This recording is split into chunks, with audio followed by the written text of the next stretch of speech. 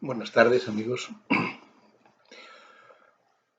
Como no es que estuviera prometido, pero me había comprometido yo conmigo mismo a seguir un poco la lectura del infierno, de la Divina Comedia, vamos a reemprender el viaje con Dante y con Virgilio en esta ocasión, después del episodio último que leímos, que fue el encuentro con Pablo y Francesca, que están confinados, nunca mejor dicho, en el círculo donde se purga, perdón, no se purga. Purgar es que te puedas sanar, purgar es el purgatorio. Están condenados, perdón, aquellos que han sometido su deseo, en este caso su deseo erótico, han sometido la razón al sentimiento erótico,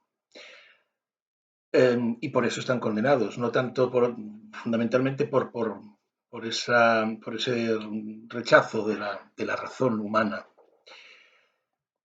La sexualidad, sin embargo, es, como también comenté el otro día, un hecho humano y por tanto son pecados que surgen de su descontrol más que de la malicia que en sí misma estas culpas tengan.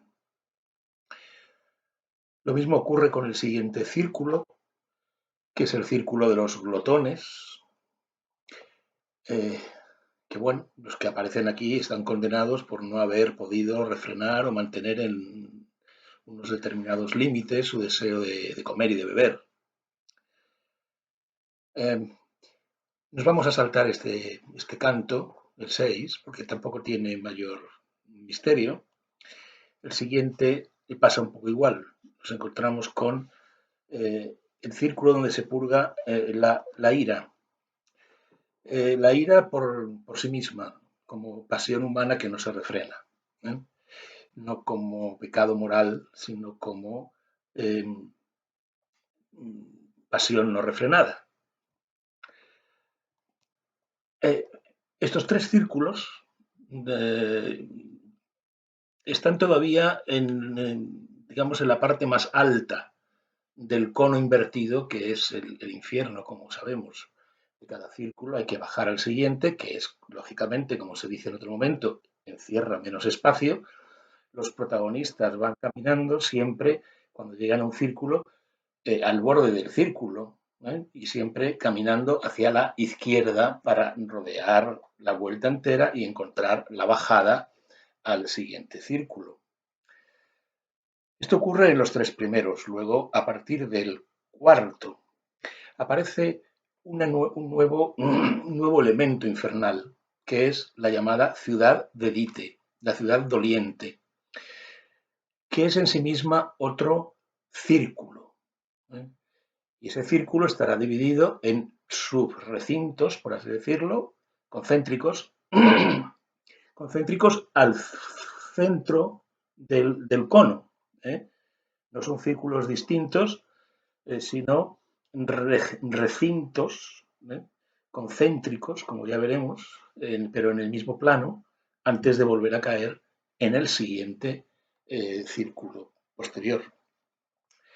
La ciudad de Dite, por tanto, es dentro del propio infierno un infierno más infernal, por así decirlo, que ya se empiezan a castigar realmente pecados más serios, más graves.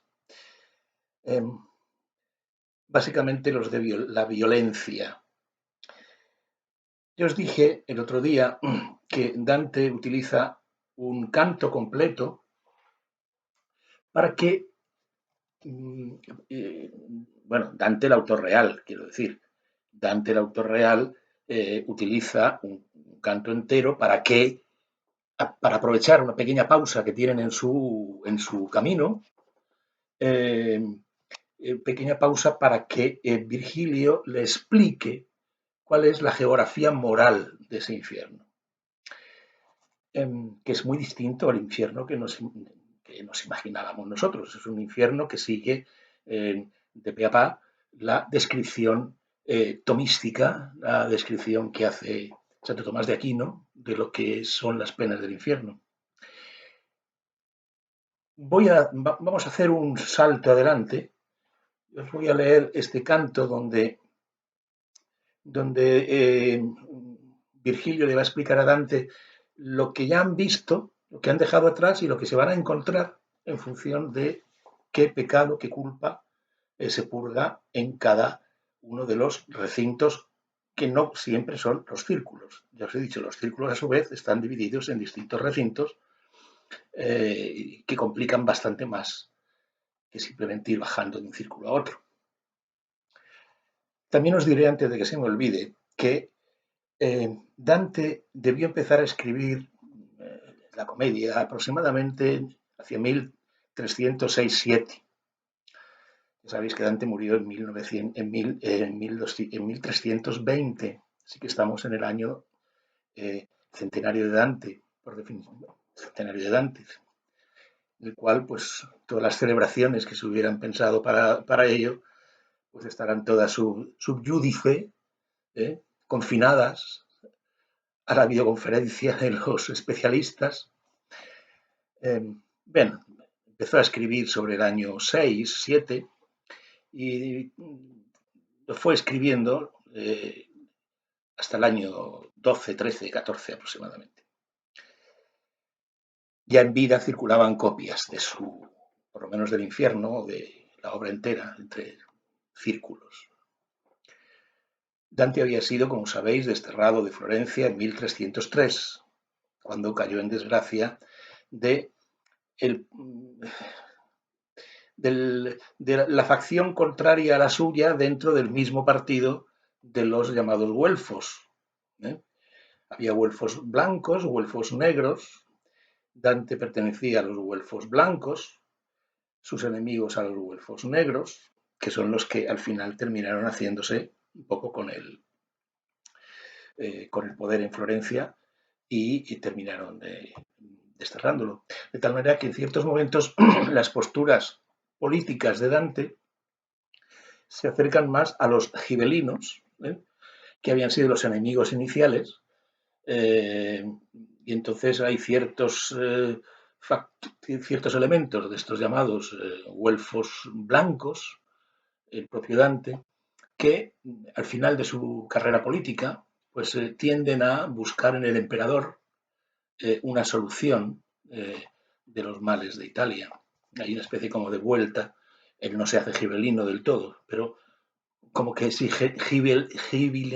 bueno, como si gibilanizase al final de su vida. Este rollo, no sé muy bien a cuánto de qué viene, pero sí para situar la figura en su destierro, Dante estuvo durante mucho tiempo visitando cortes de señores feudales que lo acogían, subiendo y bajando escaleras, como él dirá en un momento determinado, lo duro que es subir y bajar las escaleras para pedir el favor de algún noble que lo tiene en su palacio una temporada, luego, bueno, en su castillo más que en su palacio, va cambiando de señores. En una de estas acaba en Rávena, donde conoce a la famosa Francesca, que será luego de Rimini, pero que en un momento determinado es la hija del señor de Rávena, Guido da Polenta, que le acogió unos años. Bueno, de hecho murió en Rávena, como sabéis. La historia de su entierro, de su tumba es muy compleja y no la dejamos para otro día, para quien no la conozca. Entonces voy a buscar el canto. Es un poquito más adelante, ya han pasado por otros 2 o 3 círculos. Y entonces, luego volvemos hacia atrás si es necesario, pero me gustaría leer esto antes, que es como el plano. A ver si un día esto saco de Facebook algún plano, algún dibujo, algún esquema, que haya alguno bastante bueno para poder seguir muy bien eh, el recorrido dantesco por el infierno. También tengo que decir que la estructura de Infernal es muy simétrica siempre. En cada círculo nuevo que se baja hay un personaje diabólico o demoníaco tomado de la mitología griega. Ha sido, en un caso, ha sido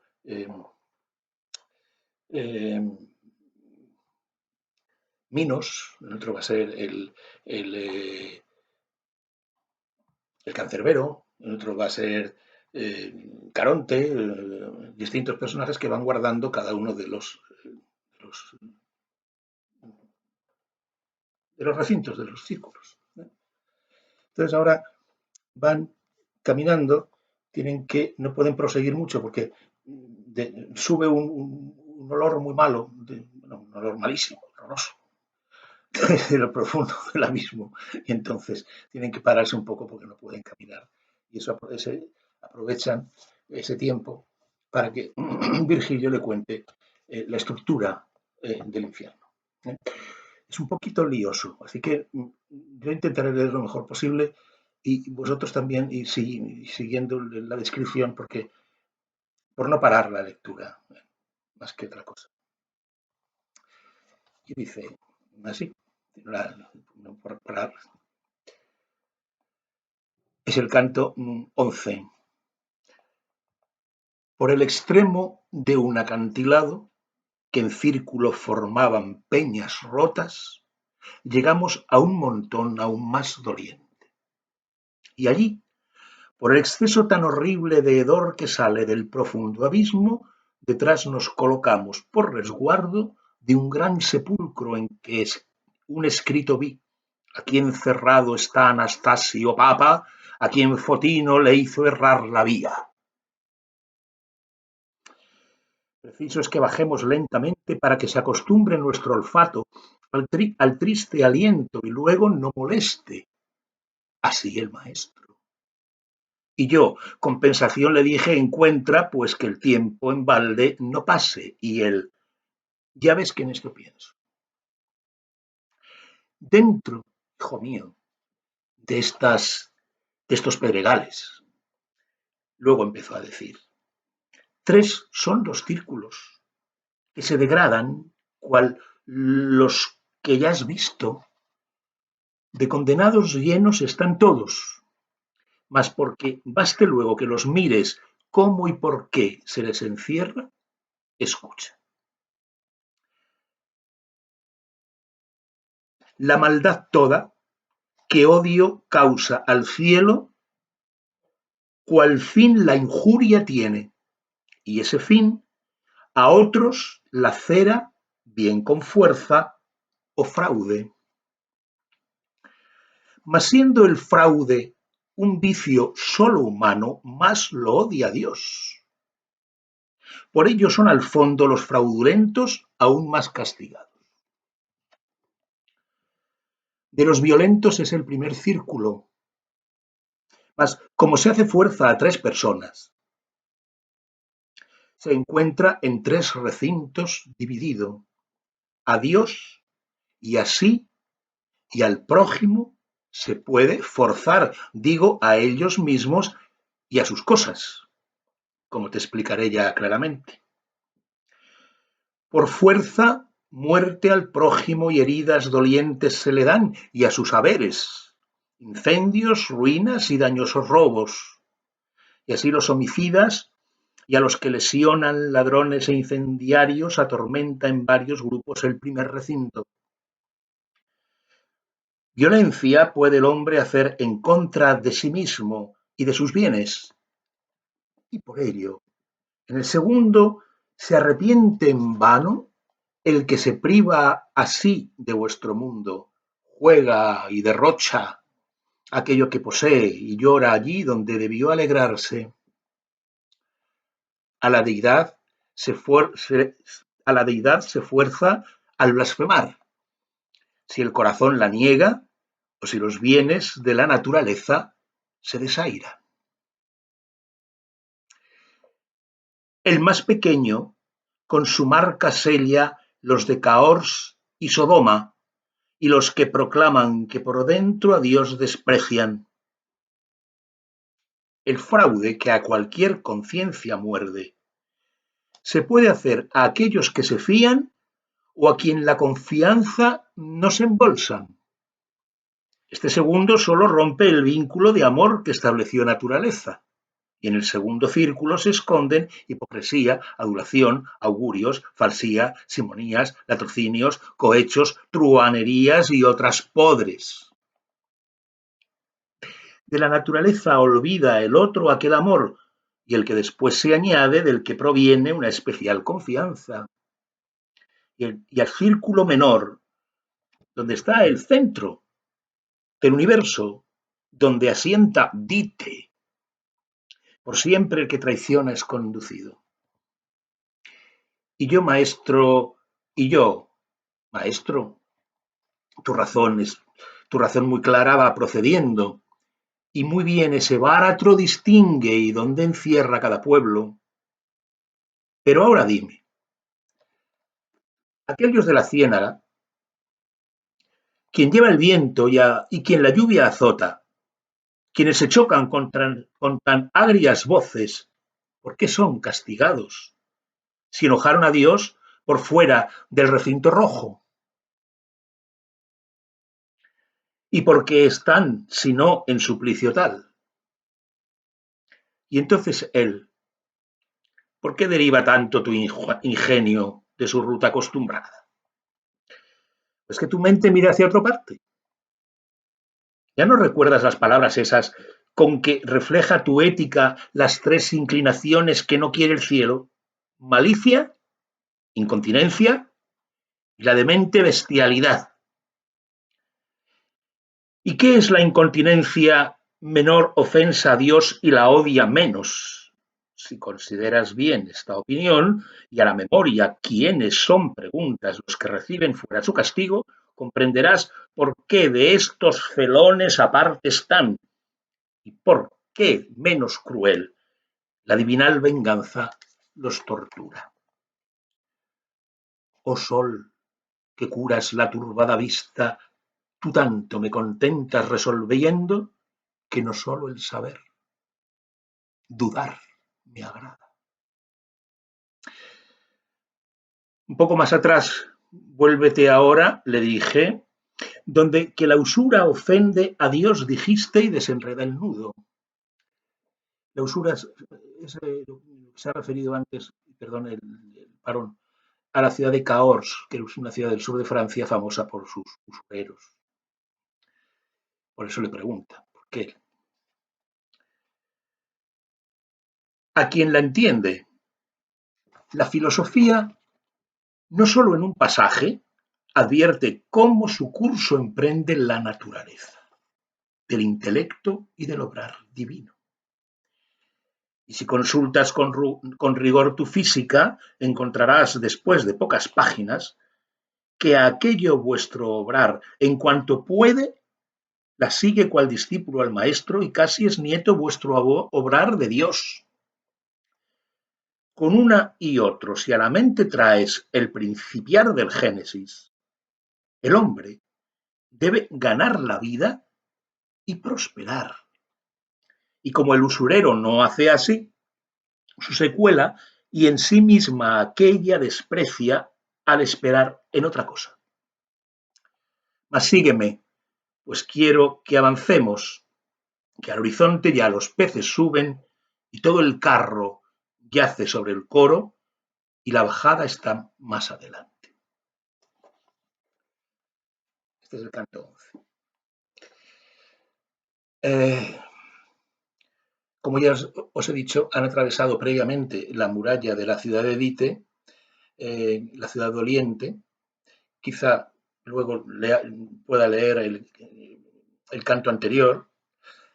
Y ya le he explicado Dante, después de explicarle lo que les espera, cómo van a ir procediendo los castigos, ya sabéis, el escolasticismo siempre impone un ritmo ternario, todo se divide en tres. Lo otro y lo otro, y lo otro, y lo uno en tres partes, y lo segundo en otras tres partes, y lo tercero en otras tres partes, y así esta construcción ternaria, un poco como la arquitectura gótica, decían algunos.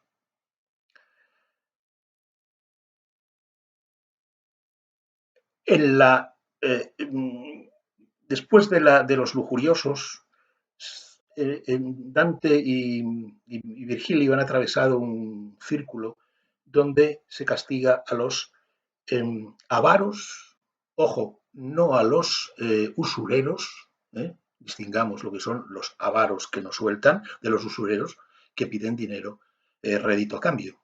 La usura estaba muy condenada por la Iglesia, en la Edad Media. Una cosa es el que agarra, el avaro. ¿eh? El avaro, el avaro se opone al derrochador.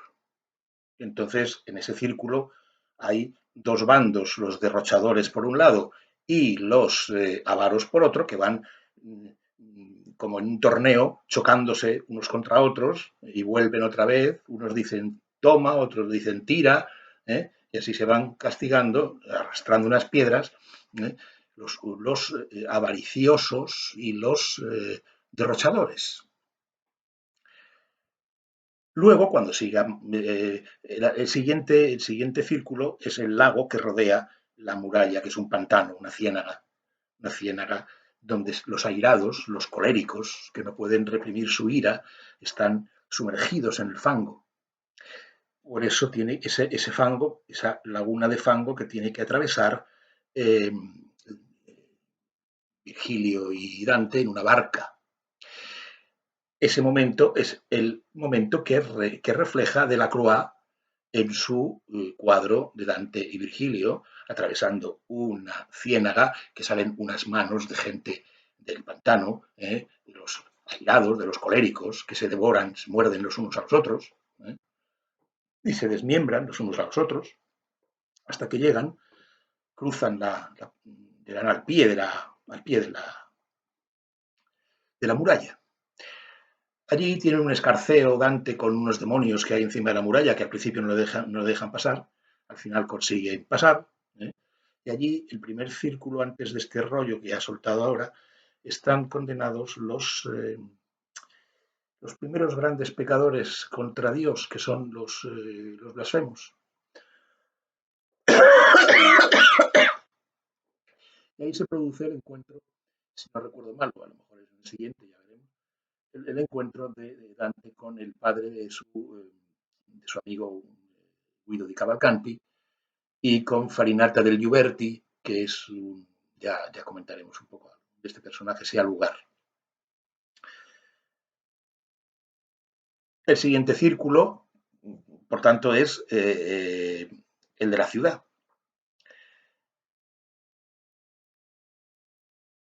En el siguiente se castigarán, como dice digamos, la violencia deliberada, no la ira que no reprime, sino la violencia deliberada contra Dios, contra uno mismo, contra sus semejantes, contra su vida, contra sus cosas, y cada uno se va desglosando todo este repertorio, esta casuística, en los distintos círculos. Después de esta violencia aparece el fraude. El fraude ya es un lugar que hay que atravesar, otro gran corte dentro del cono, un paso muy, muy pronunciado, y bajan a un lugar que se llama Malas Bolsas. Son como círculos concéntricos dentro de no círculos, perdón, bueno, sí, círculos concéntricos dentro de esa zona que se llama Malas Bolsas, Malebolgi. Luego tendrán que descender donde aparecen los traidores, los fraudulentos. Están en Malas Bolsas, todas las variantes posibles de fraude que se han citado aquí, pues habrá cada uno de las malas bolsas, pues habrá uno de los casos de fraude posibles. Y luego está el último recinto, el último gran recinto, es donde están los traidores. Los traidores que para Dante es el pecado más horrible que puede haber. Ya sea de los que no se fían, los que no se han fiado en ti, bueno, pues los que no se han fiado en ti tienen menos castigo que si traicionas a alguien que se ha fiado de ti. Entonces ahí ya sí que ya la culpa es culpa sobre culpa. Y ahí es donde está precisamente el demonio. Está Dite. Junto con otros que ya os digo iremos viendo. Bueno, pues después de esta introducción comentaré un par de cosas nada más antes de leer otro de los cantos para no ser yo ahí bla bla bla. El viaje que hace Dante y Virgilio por el infierno dura 3 días. como va a durar 3 días el ascenso al purgatorio, que es una montaña que está en las antípodas, y luego la subida a los círculos celestes son otros 3 días. En total, hay una cronología interna lo mismo que hay una geografía muy precisa, hay una cronología muy interna muy precisa, por eso él siempre está diciendo la hora del día que es, dónde está la posición de las estrellas, qué constelación hay arriba, qué constelación hay abajo. El punto sobre el que se construye esta cronología es la Semana Santa del año 1300. En esa Semana Santa del año 1300, el Papa hace un jubileo en Roma, donde acuden millones, cientos de miles de peregrinos a Roma, ¿eh? Y, y es la fecha, la Semana Santa de 1300, que Dante, 6 o 7 años después, aprovecha como inicio de este viaje infernal. Bueno, viaje infernal y resto. Claro, en la época en que él está escribiendo, muchos personajes de los que él va a hablar, sus contemporáneos, como os decía el otro día, unos no han muerto todavía, pero en 1300 no han muerto, pero a lo mejor en 1305 sí. Entonces él tiene que guardar las distancias porque sabe que se han muerto, pero no estaban muertos en 1300. Hace ese juego, un poco curioso. ¿Y qué más decir? Pues un poco más. Ya iré diciendo alguna que otra cuestión que necesite una mera explicación. Y entonces vamos a volver atrás, una vez que hemos leído este canto 11, vamos a volver atrás y leo de un tirón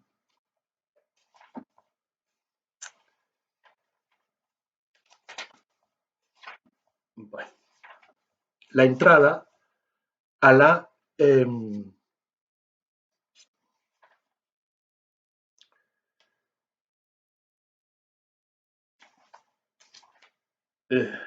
disculpad. Bueno, vamos al canto 7.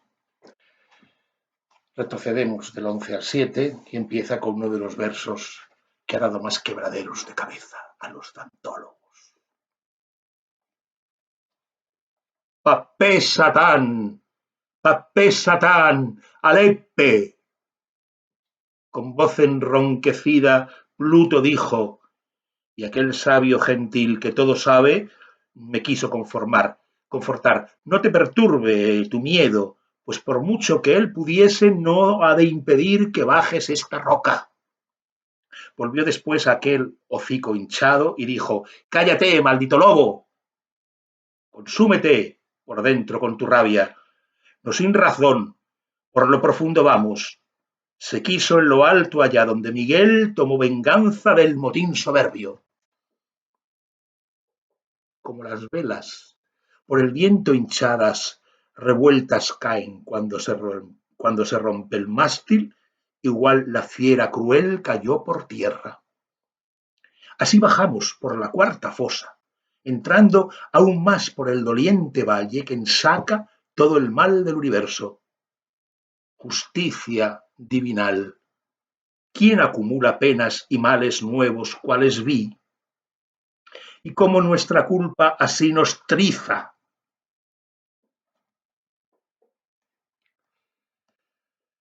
Como junto a Caribdis las corrientes se despedazan, con las que se encuentran la gente aquí se debe entrechocar. Vi aquí más gente que en los otros sitios. Y con aullidos desde un lado a otro rodar hacían cargas con sus pechos. Golpeábanse al juntarse y desde allí volvíanse empujando a la otra parte gritando ¿por qué agarras? ¿Por qué tiras? Así tornaban por el foso tétrico por cada lado a la contraria parte, gritando siempre el verso vergonzoso. Llegados luego todos se volvían para otra justa a la mitad del círculo y yo que estaba todo compungido, maestro dije, Quiero que me expliques quiénes son estos y si fueron clérigos los tonsurados todos de la izquierda. Y él dijo, fueron todos tan escasos de la razón en la primera vida que ningún gasto hicieron con mesura. Lo ladran claramente con sus voces, llegados a los 2 puntos del círculo donde contraria culpa los separa.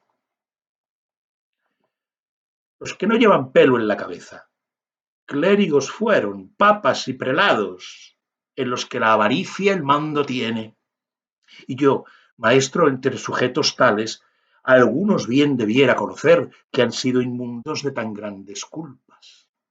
Y él, alimentas pensamientos vanos. La vida ingrata que los ensució los hace oscuros ahora al conocerlos. Eternamente irán a un golpe y otro con el puño apretado saldrán estos y al rape aquellos otros del sepulcro. Mal dar y mal tomar del mundo hermoso los ha privado y puesto en esta befa no pulo más palabras en contar. Ve el corto aliento de los bienes todos que a la fortuna le confiamos, hijo, por los que así se enzarzan los mortales. De todo el oro que hay bajo la luna y que ya ha habido, a ningún alma de estas tan fatigadas puede dar reposo.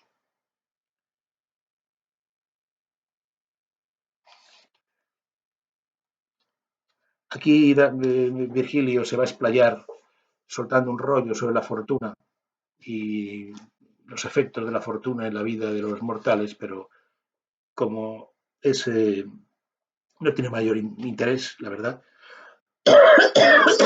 avanza un poco. Y ya pasan de los avaros y los derrochadores. Y dice, ahora bajamos a mayor tortura. Caen las estrellas que salían cuando a andar me eché y prohibieron estar mucho. Bueno, disculpad, también retrocedo otra vez. Estas son palabras que, con lo que termina el párrafo de Virgilio. Le dice que tienen que darse prisita porque en cada círculo tienen un plazo ajustado de estar allí y ya lo están sobrepasando. Dice, ahora bajemos a mayor tortura, caen las estrellas que salían cuando andar me eché y prohibieron estar mucho. Cruzamos del recinto a la otra margen, sobre una fuente que rebosa y hierve por un canal que en ella da comienzo. Aquella agua era negra más que persa, y en compañía de sus ondas lúgubres por un camino extraño descendimos, hasta un pantano va, llamado Estigia. Este arroyuelo triste, cuando baja al pie de la maligna cuesta gris. Y yo, que por mirar estaba atento, gente enfangada vi en aquel pantano, desnuda toda con airado rostro. No solo con las manos se pegaban, mas con los pies, el pecho y la cabeza, y trozos se arrancaban con los dientes. Y el buen maestro, ahora mira, hijo, las almas de esos que venció la cólera. Y quiero que, por cierto, también tengas que bajo el agua hay gente que suspira y hacen al agua hervir la superficie, como tu vista muestra a donde mires. Hundidos en el cielo dicen, tristes, en el dulce aire que se alegra al sol fuimos, llevando dentro humo acidioso. Ahora en el negro lodo estamos tristes. Este himno se atraganta en su gaznate y no le salen las palabras íntegras. Al sucio pozo un gran rodeo dimos entre la escarpa seca y lo del centro, mirando a quien del fango se atiborra, y de una torre al pie por fin llegamos. Continuaré.